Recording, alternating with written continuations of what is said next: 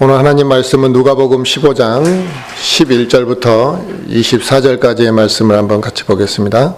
또 그분께서 이르시되 어떤 사람에게 두 아들이 있었는데 그 중에 작은 아들이 자기 아버지에게 이르기를 아버지여 재산 중에서 내게 돌아올 목을 주소서 하니 아버지가 자기 살림을 그들에게 나누어 주매 그 뒤 며칠이 안 되어 작은 아들이 전부 모아가지고 먼 나라로 가서 거기서 허랑방탕하게 살며 자기 재산을 허비하더니 그가 다 탕진한 뒤에 그 땅에 큰 기근이 들어 그가 비로소 궁핍하게 되니라.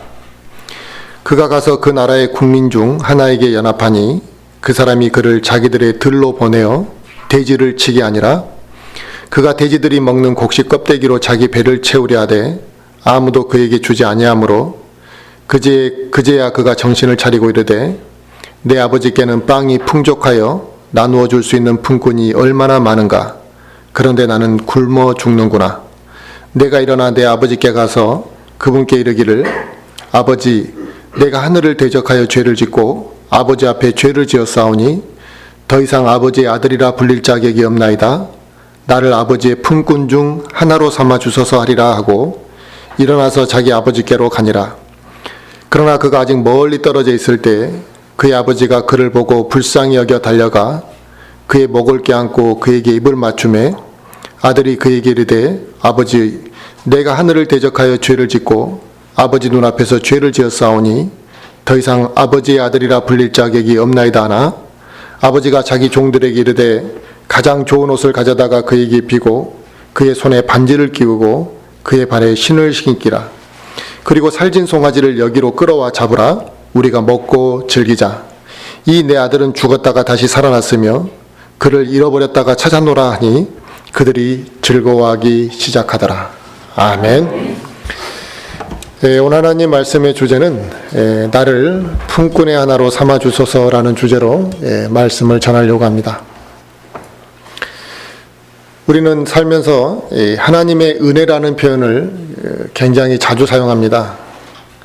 그런데 하나님의 은혜를 또 얼마나 내가 많이 체험했느냐, 또 얼마나 깊이 체험했느냐에 따라서 감사와 기쁨이 달라질 수밖에 이제 없는 것이죠. 매 순간 하나님의 손길과 또 생각하지 못한 수많은 일들이 우리 안에서 하나님의 손길로 일어나는 경우들이 많이 있습니다. 그런데 우리는 그게 하나님의 손길이라고 또 하나님의 은혜라는 걸 잘 모르고 살아가기 때문에 하나님으로부터 받은 그 은혜를 말로 사실은 다 표현할 수가 없는 것이거든요. 그래서 우리가 하나님으로부터 받은 알고 있는 은혜도 많지만 모르고 살아가는 그 하나님의 은혜를 우리가 어찌 다 표현할 수가 있겠습니까? 지금 내가 살고 있는 이것도 오늘 지금 내가 살고 있는 이 순간 이것도 하나님의 은혜거든요.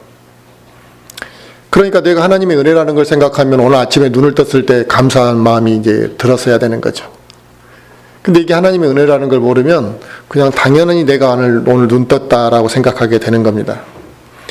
내가 잘한 게 없는데도 불구하고 오늘 하루 내가 큰 문제 없이 하나님의 보호하신 가운데 있었다면 그것도 은혜죠.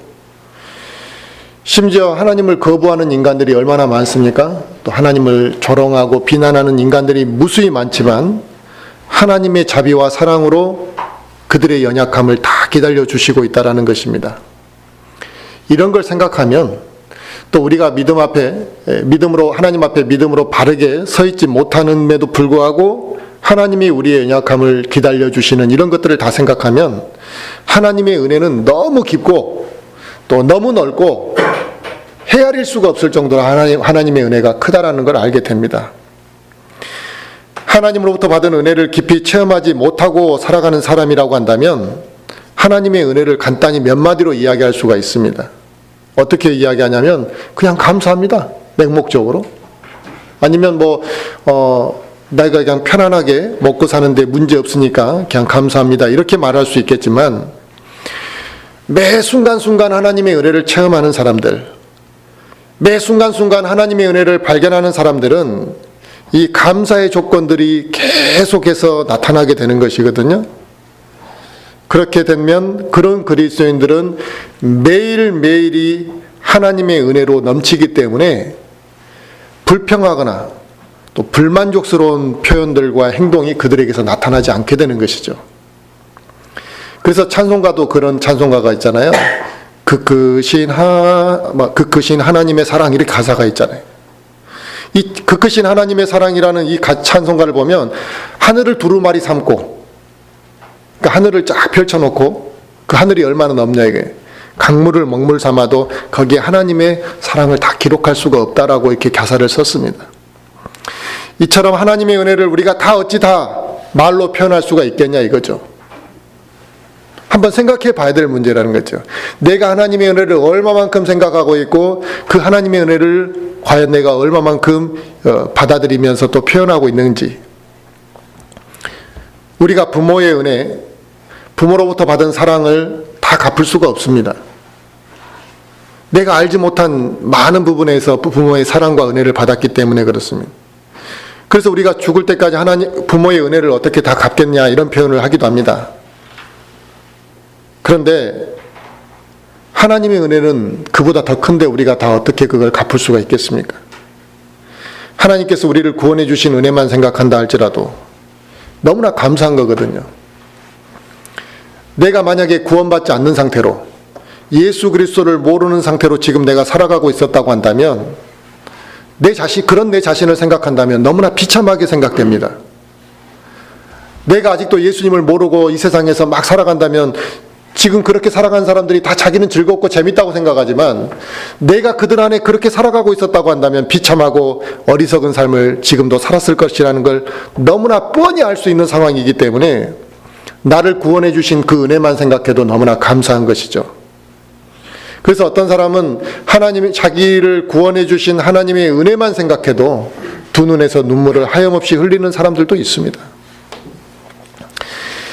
2차 세계대전에 그 독일에 아우슈비츠라는 수용소가 있었잖아요. 아주 악명 높은 수용소죠. 그곳에 유대인들을 학살한 장소로 유명합니다. 수없이 많은 사람들이 죽었거든요. 그 참혹한 수용소에 갇혀있던 유대인들이 하루하루 하나님을 얼마나 찾았겠습니까? 다 하나님을 아는 사람들이잖아요. 유대인들은 하나님을 믿었던 사람들이고. 근데 그 아우슈비츠라는 수용소에서 그 유대인들이 갇혀서 이제 죽게 되는 순간에 하나님을 왜 안 찾는 사람이 있었겠어요? 찾았겠죠. 다 간절히 찾았을 것입니다. 그런데 2차 대전이 딱 끝나고 나서 연합군이 승리하니까 그 아우슈비츠 수용소를 다 한번 이제 훑어봤다라는 거죠. 또 혹시라도 시체가 더 있는지.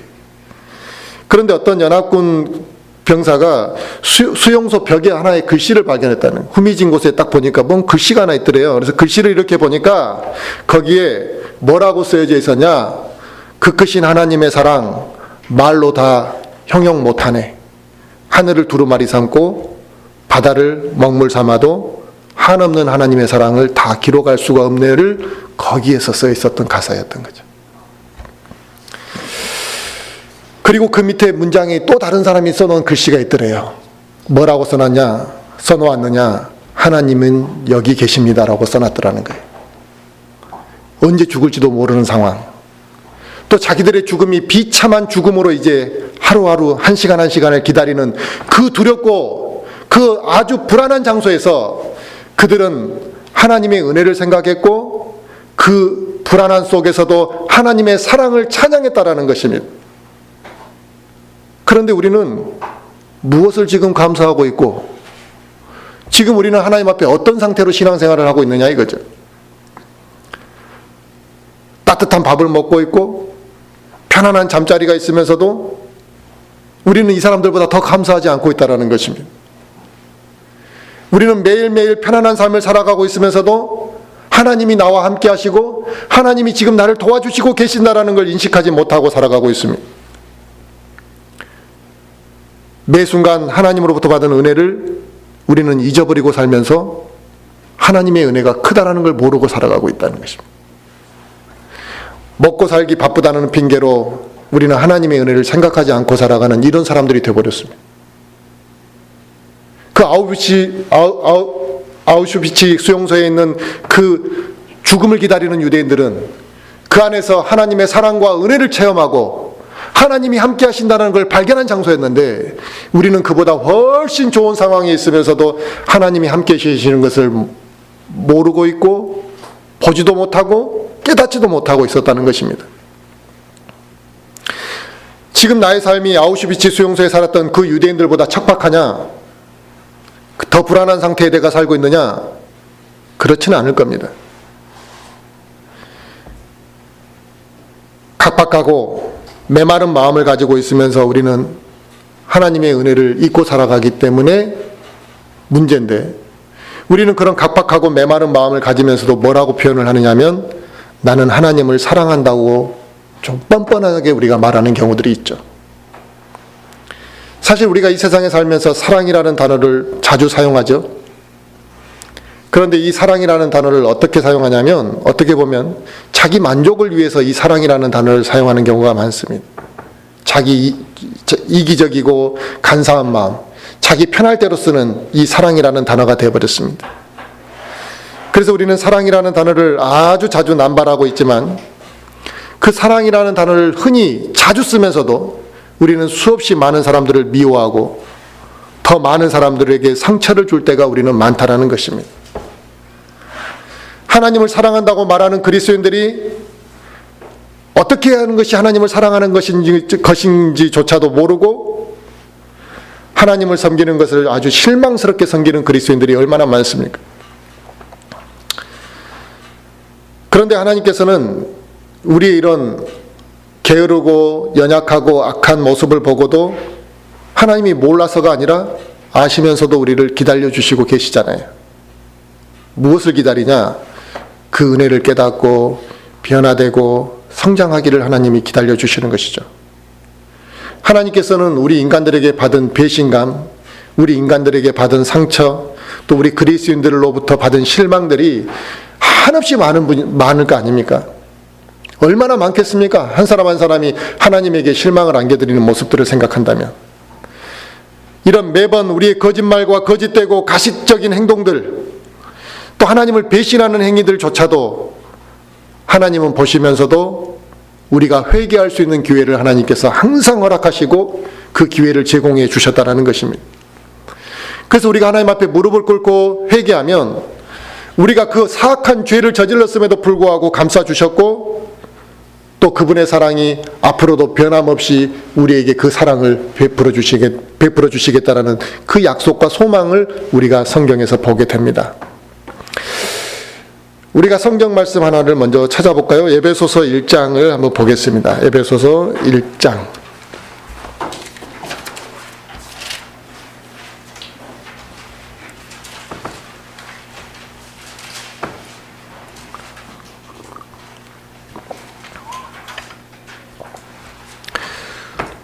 에베소서 1장 7절을 보시면, 그 사랑하는 자 안에서, 그러니까 예수 그리스도 안에서를 말씀하시는 거죠. 그 사랑하는 자 안에서 우리가 그분의 풍성한 은혜에 따라, 하나님의 은혜가 여기서 나오네요. 그분의 풍성한 은혜에 따라 그분의 피를 통해 구속, 곧 죄들의 용서를 받았도다 그랬습니다. 아멘. 결국 우리가 구원을 받은 것은 예수님의 피로 구원을 받았지만, 그 예수님의 피로 구원받은 것은 하나님의 은혜에 따라 구원을 받았다는 것입니다.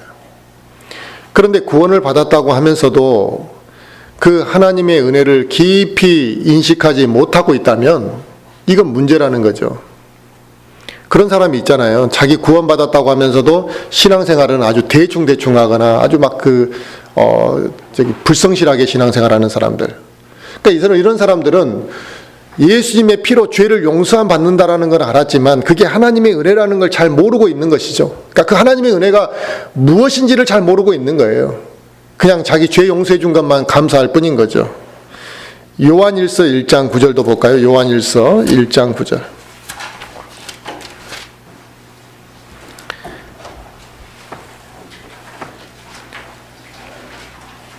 요한일서 1장 9절을 보시면, 만일 우리가 우리의 죄들을 자백하면 그분께서는 신실하시고 의로사 우리의 죄들을 용서하시며 모든 불의에서 우리를 깨끗하게 하시느니라 그랬습니다. 아멘. 그러니까 우리가 그 죄를 자백하면 하나님께서 우리의 죄를 다 용서해 주실 수 있다라는 거예요. 우리가 그것을 아니까 우리가 고백하고 기도할 수 있는 것이지, 하나님이 나의 죄를 용서해 주실 것이라는 그 약속이 없다면 우리가 어떻게 관계회복을 할 수 있겠습니까? 이게 굉장히 큰 은혜거든요. 우리가 저 사람하고 나하고의 불편한 관계가 생기면 이 관계회복이 쉽게 잘 생기지 않잖아요, 우리 인간관계에서. 근데 저 사람은 언제든지 나를 용서해 줄 사람이고, 저 사람은 언제든지 나의 입장에서 생각해 줄 사람이라고 한다면 우리가 관계회복이 쉽게 될 거라는 거예요.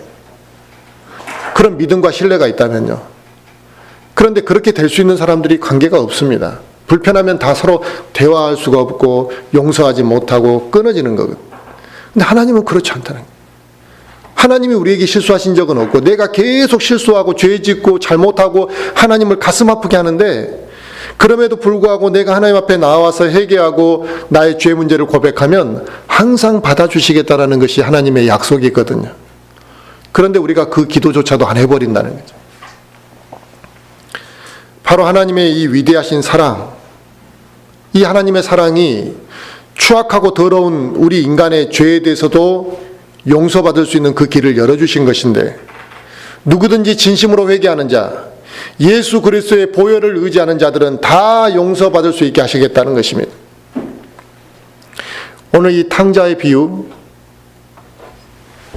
너무나 다 잘 알고 있는 탕자의 비유인데, 이 탕자의 비유는 그런 하나님의 사랑을 확인할 수 있는 부분입니다. 지금 이 순간도 방황하는 혼들이 많이 있죠, 하나님을 떠나서. 그러면 그들이 다 회개하고 돌아오기를 바라는 하나님의 마음과 그분의 사랑을 이 탕자의 비유에 하나님이 보여주시는 것이죠. 이 탕자의 비유는 그래서 어린아이부터 성인들까지 너무나 다 잘 알고 있는 말씀이고, 다 교회 다니는 사람들은 한 번쯤 다 들어본 말씀입니다.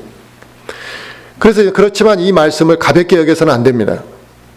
이 말씀을 우리가 제대로 인식하고 들어야 되고, 죽는 그날까지 우리가 이 말씀을 꼭 품고 살아야 될 말씀입니다. 그 이유는 이 말씀이 우리에게 깊은 위로를 주고 우리에게 평안을 주는 말씀이고, 하나님의 사랑이 어떠한지 우리에게 알려주는 말씀이기 때문에 그렇습니다. 오늘 본문에 나와 있는 이 어떤 사람에게 이 두 아들이 있었습니다. 그 아버지에게는. 그런데 갑자기 작은 아들이 아버지를 찾아와서 내 몫을 다 주시오라고 아버지에게 그랬던 것이죠. 그러자 그 아버지가 그 작은 아들에게 상속할 재산의 몫을 미리 줘버렸다는 것입니다. 아마도 이 아들은 지속적으로 아버지에게 이 재산 상속을 요구했겠죠. 처음에 오자마자 상속을 줄 아버지가 어디 있겠습니까? 지속적으로 아버지에게 요구를 하다가 어느 날 아버지에게 그런 요구를 하니까 아버지가 상속 재산을 미리 물려준 겁니다. 그리고 이 작은 아들의 태도를 보면, 이 말하는 태도를 보면 아버지의 재산을 자기 것이라고 인식을 했던 것이잖아요. 당연히 자기 것이라고 인식했기 때문에 당당하게 달라고 했던 것이죠. 결국 자신의 몫을 받은 이 작은 아들은 그 재산을 가지고 먼 나라로 가가지고 그 재산을 다 방탕하게 써버렸다 그랬습니다. 방탕하게 써버렸습니다. 그러니까 자기가 하고 싶은 대로, 자기가 즐기고 싶은 곳에 다 써버렸던 것이죠. 결국 재산을 다 탕진하고 나서 거지가 되고 나니까 이제 거지 같은 생활을 해야만 되고, 더 이상 먹고 살 수가 없으니까 심지어 돼지들이 먹은 곡식 껍데기, 그 곡식 껍데기로 배를 채우고자 했는데 심지어 그것조차도 충분히 주는 사람이 없었다는 것입니다.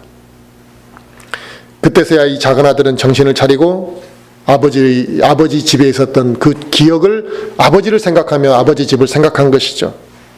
내가 아버지 품에 있었더라면 이런 대우를 받았겠는가?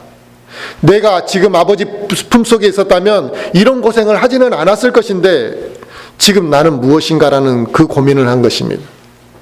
나는 왜 이렇게 어리석은 판단을 했단 말인가 하고 자기 처지를 괴로워하고 힘들어했던 것이죠. 그리고 자신의 어리석음에 대해서 후회했습니다. 이 탕자는 자기 아버지 집에 대해서 뭐라 그랬냐? 양식이 풍족해서 심지어 자기 아버지 집의 품꾼들도 풍족하게 먹을 정도로 먹었다라는 것입니다. 자기 아버지 집에 있는 품꾼들은 이렇게 힘들어하지도 품꾼조차도 자기보다 생활이 나았다라는 것이죠. 그런데 주인의 아들이었던 자기는 먹을 것이 없어서 돼지가 먹는 그 곡식의 껍질로 배를 채워야 하는 그런 자기 모습을 자기가 보면서 내가 있었던 그 아버지 집의 품꾼만도 못한 나의 처지를 생각하게 됐던 것이죠. 그래서 작은 아들은 생각합니다. 내가 아버지 집으로 돌아가야겠다. 아버지가 받아주시기만 하면 내가 그 아버지 집의 품꾼으로만 들어가도 좋다라고 생각하고 아버지에게로 돌아가야겠다라고 생각한 겁니다. 그는 자기 자신이 얼마나 큰 죄를 지었는지를 너무나 잘 알고 있었던 것이죠. 그래서 그는 내가 아버지 집으로 돌아가서 아버지가 나를 받아만 주시면 좋겠다라는 그 마음이었지, 아버지의 아들로서 돌아가고 싶은 마음은 없었습니다. 그렇게 불릴 자격이 없다고 스스로 생각했던 것이죠. 바로 우리가 하나님을 참고 하나님 앞에 무릎을 꿇을 수 있는 마음이 지금 이 탕자의 회개하는 마음과 같아야 합니다. 자신이 무엇나 되는 줄로 생각하는 사람들이 많이 있습니다. 그런 사람들은 하나님을 믿었다고 말하고 구원을 받았다고 말하지만 계속해서 자기 능력을 주장하고 자기 능력을 자랑하고 자기 능력을 드러내려고 하거든요. 이런 사람들은 절대 하나님 앞에 무릎 꿇지 못합니다. 탕자의 마음처럼 그렇게 나아오지를 않는다는 것이죠. 오늘 본문의 탕자와 같이 자기 잘못에 대해서 정확한 인식을 해야 되는 거거든요, 사람은. 그리고 자기의 수준과 위치를 깨닫는 것이 필요합니다. 자기 수준과 위치를 깨닫는다라는 것은 결국 자기 자신을 부인할 수 있게 되는 것입니다. 자기가 얼마나 하나님 앞에 어리석고 부족한 자인지를 깨닫지 않는 사람은 자기 부인을 할 수가 없는 것이거든요. 그런 사람만이 하나님을 탕자와 같은 마음으로 찾을 수가 있는 것이죠. 나는 아무것도 아니다. 내가 얼마나 무지하고 얼마나 어리석은 자였는지를 내 자신이 돌아보니까 잘 알겠더라는 것이죠. 그런 걸 깨닫고 느꼈을 때 탕자의 마음처럼 우리가 겸손해지고 하나님 앞에 무릎을 꿇었을 때, 하나님, 저가 무엇이건데 저를 구원해 주셨고 하나님의 아들로 삼아 주셨습니까? 저에게 이렇게 기도할 수 있는 은혜를 베푸시고 먹고 살 수 있는 기회를 주신 것도 감사하고 내가 하나님 앞에 이렇게 경배를 드리러 올 수 있는 것 자체가 이건 영광스러운 일이라는 인식을 해야 되는 거예요. 탕자의 마음을 품는 사람들은 그렇게 오겠죠. 그런데 탕자의 마음을 품지 않는 사람들은 그냥 아무렇지 않게 그냥 오는 거예요. 심지어 자기가 뭐라 좀 되는 것처럼 오는 사람도 있고 오직 하나님을 위해서 자기가 마지못해서 와준 것처럼 생각하는 사람들도 있더라는 것입니다. 그런 사람들이 하나님 앞에 어떻게 겸손한 마음으로 무릎을 꿇을 수 있겠습니까?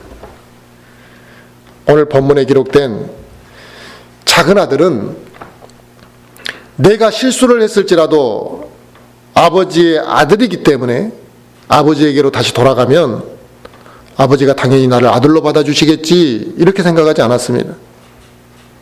그는 자기가 어떤 잘못을 했고 부모에게 어떤 상처를 주었는지를 잘 알았기 때문에 그냥 나를 받아만 주시면 되는 것이지 내가 아들로서의 대접받기를 원했던 것은 아니었던 것이죠. 이게 회개하는 사람의 모습입니다. 탕자는 자기의 잘못된 행동에 대해서 또 과거에 잘못한 문제에 대해서 반성했기 때문에 자기를 스스로 낮출 줄 알았잖아요. 낮아져서 하나님 앞에 아버지에게로 나아가기를 원했던 것이지 그런 마음이 있었기 때문에 아버지에게 돌아가서 똑같은 실수를 하지 않았던 것이거든요. 그런데 그런 낮아진 마음으로 돌아오지 아니하면 또 그런 실수를 또 한다는 것입니다. 우리 역시 하나님 아버지를 멀리 떠나서 자기 마음대로 살아가고 세상의 즐거움에 빠져 살아가는 그리스도인들이 많습니다. 그러다가 처음에는 막 세상이 즐거우니까 막 재밌게 놀죠. 세상에 취해서 살아가다가 어느 순간 세상에서 실패하고 낙심하거나 상처 입고 절망하게 되면 그때서야 내가 잘못했다. 하나님을 다시 찾는 사람들이 많이 있습니다. 예수 그리스도를 마음으로 영접하고 구원받았다고 말을 하지만 하나님을 이렇게 꾸준히 섬겨가지 못하고 어느 순간에 이제 좀 답답하고 외롭고 힘들다고 느껴져서 영적으로 주는 그 기쁨보다 세상이 주는 즐거움과 쾌락을 쫓아 살아가는 사람들이 많이 있습니다. 이들은 탕자와 같이 자기 마음대로 살아가고 싶은 것이거든요. 신앙의 규례로 구속받지 않고 살고 싶고 그냥 자기가 원하는 대로 살고 싶기 때문에 하나님을 떠나서 살아가는 것입니다. 결국 세상에서 상처받게 되죠.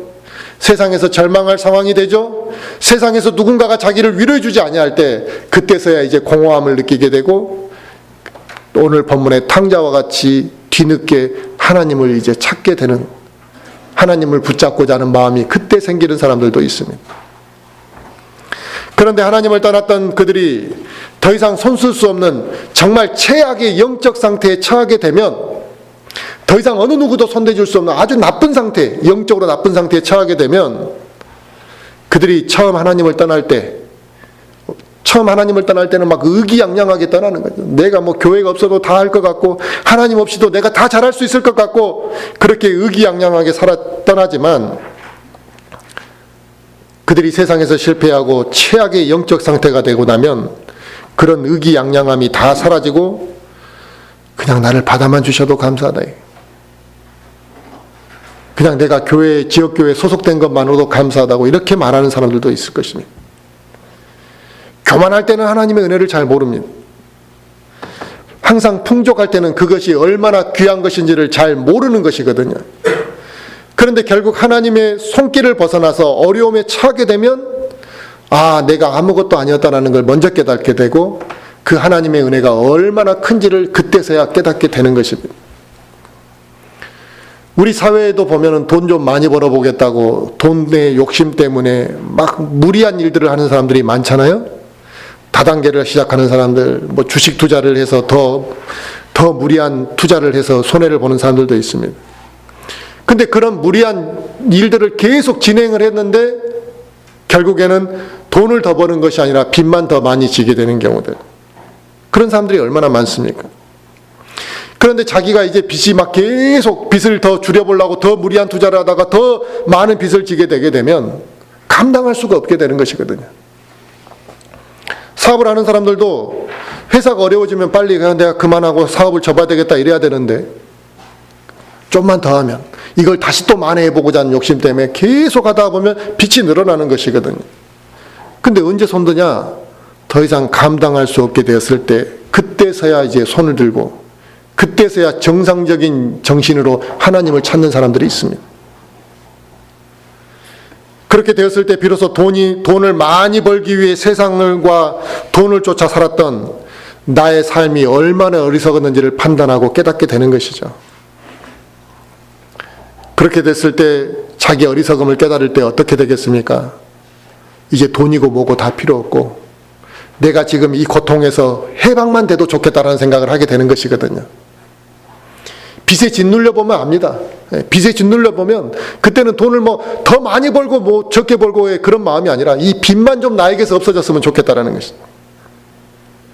자신의 빚이 늘어나서 더 이상 감당할 수 없게 됐을 때 이제 그것을 해방되고 그것만 해방되면 행복할 것처럼 생각하게 됩니다. 그 빚을 자신이 도저히 해결할 수 없기 때문에 그게 너무나 자기에게 족쇄가 되고 무거운 짐이 되었기 때문에 그 빚의 무게를 자기가 그것만 버려도 더 이상 바랄 것이 없는 이런 경우들이 있죠. 우리는 탕자와 같이 참으로 어리석게 깨닫는 경우들이 많습니다. 꼭 손해를 보고 깨닫는다는 것입니다. 꼭 손해를 보고 깨닫고 실패를 하고 난 이후에 깨닫는 경우들이 우리에게 너무나 많습니다. 우리가 하나님을 찾고 바르게 섬기는 것도 그렇습니다. 많은 것들을 영적으로 손실 보고 난 이후에 그때서야 깨닫는 경우들이 많습니다. 그러니까 인생을 버릴 만큼 다 버리고 나서 손해보고 이제 더 이상 돈이 있을 때 물질이 있어서 하나님의 일을 할 수 있거나 육체적으로 건강해서 하나님의 일을 할 수 있거나 젊어서 그런 것은 하나님의 일을 할 수 있거나 이런 게 아니라 그럴 때는 다 잘못된 데다가 다 소비하고 낭비한 다음에 이제 물질도 없고 시간도 없고 체력도 없고 건강도 없고 그렇게 되면 하나님을 찾는 경우들. 그래서 빈털터리로 바른 교회를 찾아온 사람들이 의외로 많습니다. 우리가 하나님을 찾는 것도 하나님을 만나는 것도 나의 모든 것을 내려놓고 하나님을 붙잡는 이것이 돼야 되는 거거든요.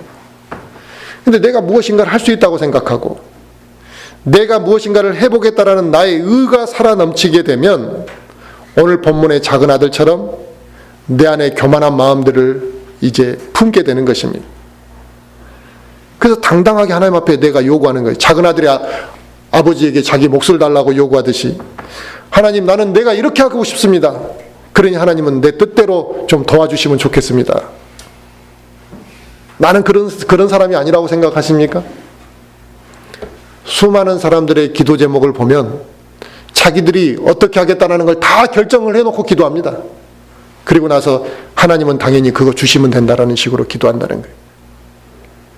탕자의 교만한 마음을 품고 기도한다는 것이죠. 나의 생각이 앞서고 자기 주장을 절대로 굽히지 아니하고 교만한 마음을 품고 살아가는 이런 사람들이 어떻게 하나님을 전적으로 의지할 수 있겠습니까? 그런 사람들은 이 탕자와 같이 내가 무엇을 해보겠다라는 그 마음에 교만한 마음을 품고 자기 의가 강하게 살아있기 때문에 절대로 부모에게 순종하지 않는 이 탕자였던 것처럼 우리도 하나님 앞에 그렇게 순종하지 못하게 되는 것입니다. 하나님께 먼저 의지하지 아니하고 나의 능력을 의지하고 나의 힘과 나의 능력으로 무엇인가를 할 수 있다고 생각할 때 우리는 하나님의 인도하심을 거부하게 되는 것이거든요. 하나님의 인도하심을 거부한다는 건 하나님과 이제 멀어지는 것이죠. 그러나 우리의 능력이 얼마나 제한적입니까? 내 판단이 얼마나 어리석은 판단을 자주 합니까? 이사야서 64장에서 말씀하신 것처럼 우리 인간의 의가 얼마나 더럽습니까? 이사야는 우리 인간의 의가 누더기 같다 그랬습니다. 더러워서 봐주질 못하겠다라는 거예요. 인간의 의라는 것은. 하나님께서 우리 인간을 보실 때 이와 같이 더러운 의를 보시는 것인데 어떤 누구의 인간의 의도 인정하지 않으시는데 사람들은 기회만 주어지면 자기의 더러운 의를 드러내려고 하고 자기를 좀 인정받고 자랑하려고 하는 이런 경우들이 우리에게 있습니다. 그러나 지금 우리에게 필요한 것은 탕자가 아버지 앞에 나를 품꾼의 하나로 삼아주시라고, 나를 품꾼의 아들이 아니라 품꾼의 하나로만 삼아주셔도 감사하겠다라는 그 마음으로 찾아왔듯이 겸손한 마음으로 하나님께 찾아오는 마음이 우리에게 필요하다 이겁니다.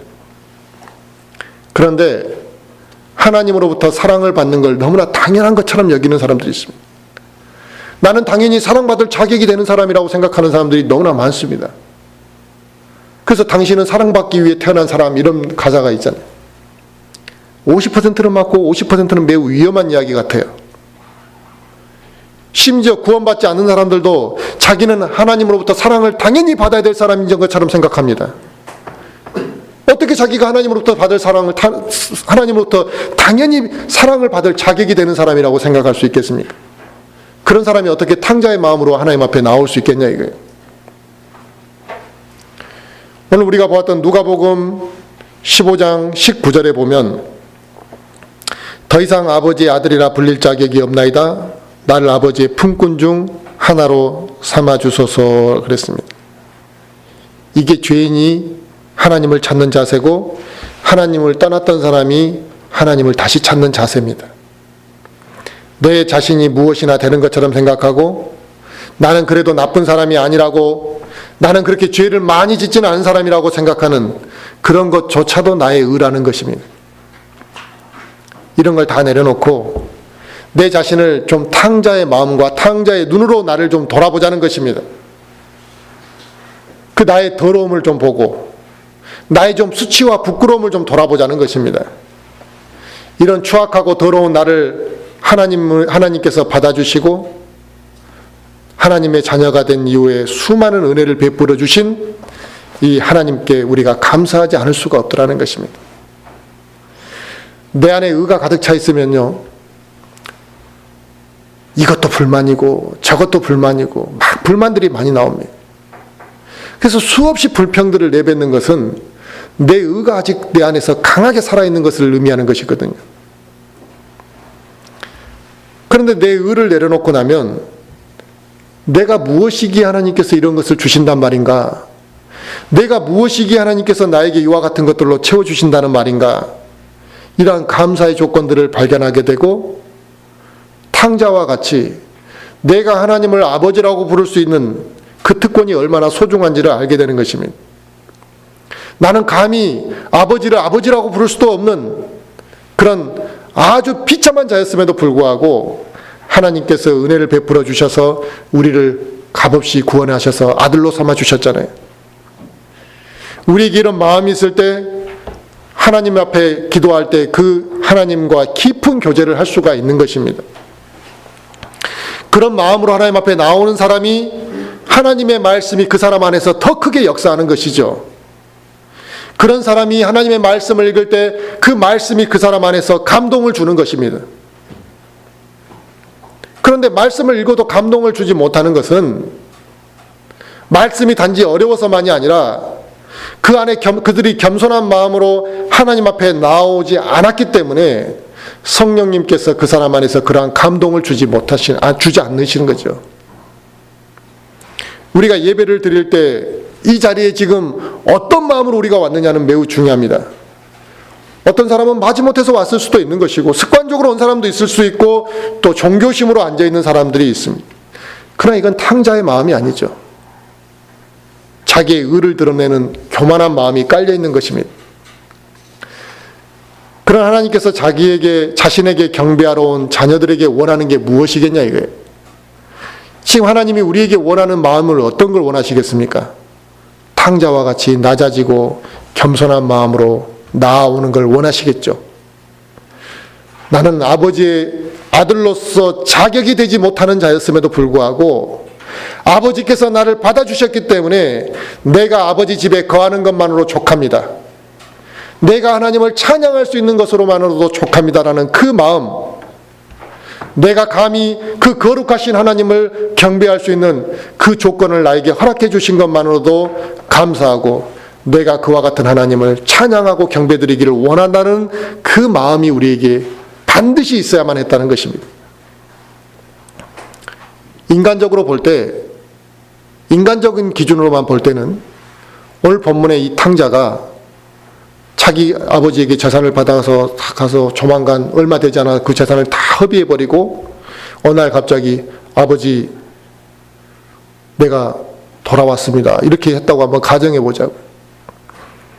어느 날 갑자기 내 아들이 나를 찾아와서 아버지 그 재산 언젠가는 나한테 물려줄 것이니까 그 재산 지금 저한테 좀 먼저 좀 물려주시면 어떻겠냐고. 그래? 미리 물려줄게 하고 선뜻 재산을 물려줄 부모님이 누가 있겠냐, 아버지가. 아마 거의 없을 겁니다. 또 그뿐만 아니라 재산을 다 탕진하고 돌아온 아들을 보고 막 뛰어나가서 잔치를 베풀어주고 기뻐하고 이를 아마 아버지는 거의 없을 것입니다. 재산을 줬더니 다 얼마 되지 않아 탕진하고 아들이 저기서 눈치 보면서 올 때 대부분의 아버지는 아마 몽둥이를 들고 찾아요. 버르장머리를 잡아놓겠다고 아마 그럴 아버지들이지 기쁨으로 막 맨발로 뛰어나가서 어서 오라고 이럴 아버지는 거의 없을 겁니다. 오늘 본문의 탕자도 자기가 집으로 다시 돌아가려고 할 때 그런 마음을 생각했겠죠. 아버지가 나를 거부하면 어떡하나. 아버지가 나를 때리면 어떡하나. 그런데 이 탕자는 아버지가 나를 때리면 어떡하나. 아버지가 나에게 면박을 주면 어떡하나. 그런 생각이 그를 휘어잡았던 것이 아니라 그는 자기 잘못에 대한 인식이 굉장히 깊었어요. 그런데 우리 사람들은 자기가 잘못해놓고도 저 사람이 나를 갖다가 더 핍박하면 어떡하나 그 생각을 한다는 거예요. 내가 욕 얻어먹으면 어떡하나. 자기가 잘못해놓고 왜 욕을 안 얻어먹으려고 하냐 이거예요. 자기가 잘못한 것을 회개하고 인정하고 그것을 안 하려고 해야지. 그것은 덮어버리고 저 사람이 나를 갖다가 좀 잘해줘야 될 텐데 나에게 상처를 주면 어떡하나 이런 생각만 한다는 것이. 자기가 그 사람에게 어떤 상처를 줬는지는 적게 생각하는 것이죠. 그래서 이 탕자는 자기 잘못을 잘 알고 있었고 자기가 어떠한 실수를 했는지를 알고 있었고 겸손한 마음을 품었기 때문에 아버지로부터 질책을 받는 두려운 마음 자체를 갖지 않았어요. 비참한 처지에 몰려있는 자기 자신을 받아줄 사람은 내 아버지밖에 없구나라고 생각하고 아버지가 때릴까봐 겁먹고 아버지에게 욕먹을까봐 두려워하고 그런 마음이 아니라 그냥 낮아지는 마음을 가졌기 때문에 그는 아버지께로 돌아갈 수가 있었던 것이죠. 우리가 하나님을 찾는 것도 마찬가지입니다. 우리는 무수히 많은 실수를 합니다. 무수히 많은 또 죄를 짓고 살아갑니다. 그런데 우리가 그 죄를 고백하면 하나님께서 다 용서해 주시고 우리의 실수와 상처를 어루만져 주시는 분이심을 우리가 알기 때문에 다시 하나님께 찾아가서 기도하고 또 하나님을 다시 찾는 것이죠. 과거에 우리는 이 세상을 사랑하고 또 과거에 우리가 이 세상을 위해서도 살아봤다는 것입니다. 이 세상에 돈을 쫓아서도 살아봤는데 결국 우리의 안식처가 될 수 있는 곳은 하나님밖에 없구나라는 것을 우리가 인생의 경험을 통해서 깨달았기 때문에 탕자와 같이 그 방황했던 시절을 접고 하나님께로 돌아온 것이죠. 그래서 우리가 하나님께로 돌아왔을 때 내가 세상에서 그 방황했던 그 시절을 후회하고 부끄럽게 생각합니다. 근데 간혹 이걸 영담처럼 이야기하는 사람들이 있습니다. 내가 하나님을 믿기 전에 깡패였다라는 걸 자랑스럽게 영담처럼 이야기하고, 내가 세상에 구원받기 전에 얼마나 많은 죄를 지었는지를 아주 자랑스럽게 영담처럼 이야기하는 사람이 있습니다만 그건 탕자의 마음이 아니죠. 부끄러운 줄 알아야 되고 그것이 얼마나 수치스러운 것인지를 알아야지만 탕자의 마음으로 돌아올 수가 있는 것입니다. 그러나 하나님 아버지께서는 우리의 이런 수치스럽고 우리의 부족한 것을 다 용서해 주셨고 받아주셨기 때문에 지금 우리가 주 안에서 평안과 위로를 마음껏 누릴 수 있는 것입니다. 오늘 본문의 탕자의 비유는 어리석고 교만하고 방탕한 인간들이 하나님을 거부하고 하나님을 떠나서 자기들 멋대로 살아가면서 모든 것을 다 잃어버리고 살지만, 그들이 탕자가 회개하고 하나님을 찾아 돌아왔을 때 그 아버지가 그들을 받아들였던 것처럼 하나님께서는 회개하는 자들이 자신의 죄를 깊이 깨닫고 용서를 구하면 그들을 다 받아주시겠다라는 것을 이 말씀이 품고 있는 것입니다. 지금 이 자리에 만약에 우리가 구원받지 못한 사람이 있다면 그 구원받지 못한 사람은 탕자의 마음처럼 그렇게 회개하고 탕자의 모습으로 하나님께 돌아와야 되겠죠. 그런데 구원받은 그리스도인이 하나님으로부터 멀어져 살았다면 세상에서 방황하고 살았던 그 탕자의 모습을 회개하고 하나님과의 관계를 복원해야 될 것이라 이겁니다. 결국 이 죄악된 세상은 우리를 품어줄 수 없다라는 사실을 알아야 됩니다. 탕자가 잠깐 즐거움을 느꼈지만 그가 모든 것을 탕진하고 난 이후에는 어떻게 됐습니까?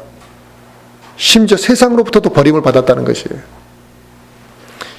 이처럼 이 세상은 우리에게 잠깐의 쾌락을 주고 우리에게 무엇인가 즐거움을 주지만 우리의 물질과 시간을 다 가져가고 나면 더 이상 우리를 품어주지는 않습니다. 그때 깨닫는 거죠. 지금 나에게 시간, 젊음, 나에게 물질이 있으니까 세상이 나를 품어주는 것처럼 생각하지만 그것이 다 사라지고 나면 이 세상은 더 이상 우리를 품어주지 않는다는 것입니다. 탕자가 모든 것을 잃고 난 이후에 어떻게 살았습니까? 돼지나 먹는 곡식 껍데기로 배를 채우고 살았던 것처럼 우리도 하나님을 떠나 살게 되면 모든 시간이 지나고 물질을 다 소모하고 나면 이제 이와 별반 없이 살아가게 될 것이라는 겁니다. 그러면 우리는 이 탕자의 비유를 통해 경각심을 가지고 나의 무감각해진 영적 감각을 우리는 회복해야만 하는 것입니다. 죄악된 길에 우리가 깊이 빠져 있다면 속히 회복돼서 돌이켜야만 합니다. 하나님께서는 지금 이 순간도 우리를 품어주시기 때문에 두려워할 이유가 없는 것이죠. 한번 구원받은 자들을 버리지 아니하시고 자기를 떠나 방황하는 그리스도인들이 다 품으실 수 있는 분이시기 때문에 돌아오기를 바라시고 있는 것입니다. 지금 내 자신이 탕자와 같은 마음으로, 탕자와 처음 작은 아들과 같이 교만한 마음으로 하나님을 떠나서 방황하고 내 멋대로 살아가고 있다면 속히 회개해야 되는 것이고 하나님의 품으로 돌아와야만 한다는 것입니다. 회개하는 탕자의 마음처럼 겸손한 마음이 우리에게 필요합니다. 그 마음, 겸손한 마음으로 하나님을 섬겨야 되는 것이고, 그렇게 하나님을 찾을 때 그분의 깊은 사랑과 그분의 깊은 은혜를 우리가 체험하게 될 것이고 우리의 영적 생활이 메마르지 아니하고 계속 지속될 수가 있는 것입니다. 저와 우리 모든 성도들이 그런 마음으로 하나님을 섬기고 영적인 회복을 통해서 하나님과의 그 기쁨과 또 교제 속에서 기쁨과 감사가 넘치기를 바라겠습니다. 예.